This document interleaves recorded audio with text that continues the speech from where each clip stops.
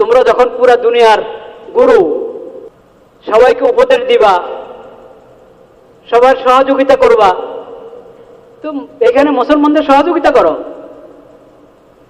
এটা মুসলিম দেশ, কাজে এটার আদালত ইসলামী শরীয়ত অনুসারে পরিচালিত হতে হবে।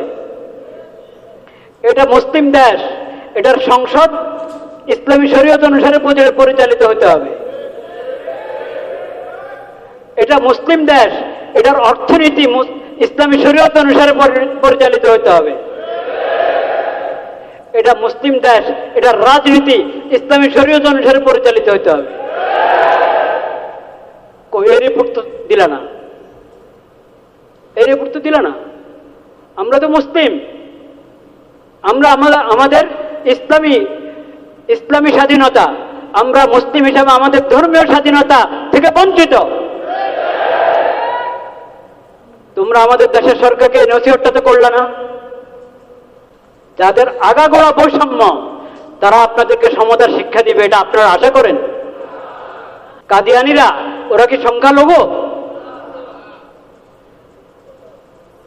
ওরা তো ইসলামের নামে প্রতারণা করছে। আখিরি নবী হযরত মুহাম্মদ মুস্তাফা সাল্লাল্লাহু আলাইহি ওয়াসাল্লামের অবমাননা করে, তাও লা ইলাহা ইল্লাল্লাহ মুহাম্মাদুর রাসূলুল্লাহ লিখে রাখে তাদের উপাসনালয়ে। তাদের উপাসনালয়ের নাম দেয় মসজিদ।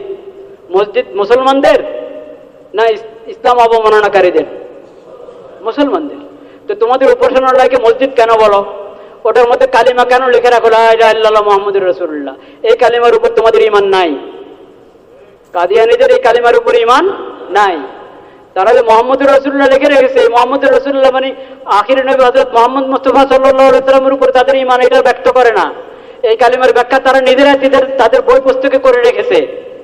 তাদের বই পুস্তকে তারা এই কালিমার ব্যাখ্যা করেছে। তারা বলেছে মুহাম্মাদুর রাসূলুল্লাহ মানে গোলাম আহমদ কাদিয়ানী। হযরত মুহাম্মদ মুস্তাফা সাল্লাল্লাহু আলাইহি ওয়াসাল্লাম এর চেয়ে বড় অবমাননা হতে পারে? একজন দাজ্জাল, প্রতারক, সে নাকি মুহাম্মাদুর রাসূলুল্লাহ, বলেন নাউযুবিল্লাহ। আর এই প্রতারণাকে লিখে রেখেছে তাদের উপাসনালয়ে। এই প্রতারণা বন্ধ করার জন্য আইন হওয়া দরকার কিনা? তুমি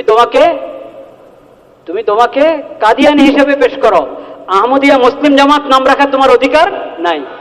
কিন্তু লা ইলাহা ইল্লাল্লাহ মুহাম্মাদুর রাসূলুল্লাহ এই কালিমা নিয়ে প্রতারণা করা হবে, এটার বিরুদ্ধে আইনের দরকার নাই? যদি তোমরা চাও তোমাদের সংস্কার সফল হোক, তাহলে তোমরা ঈমান নিয়ে, কালিমা নিয়ে, কোরআন নিয়ে, হাদিস নিয়ে প্রতারণা, এটার বিরুদ্ধে আইন করো।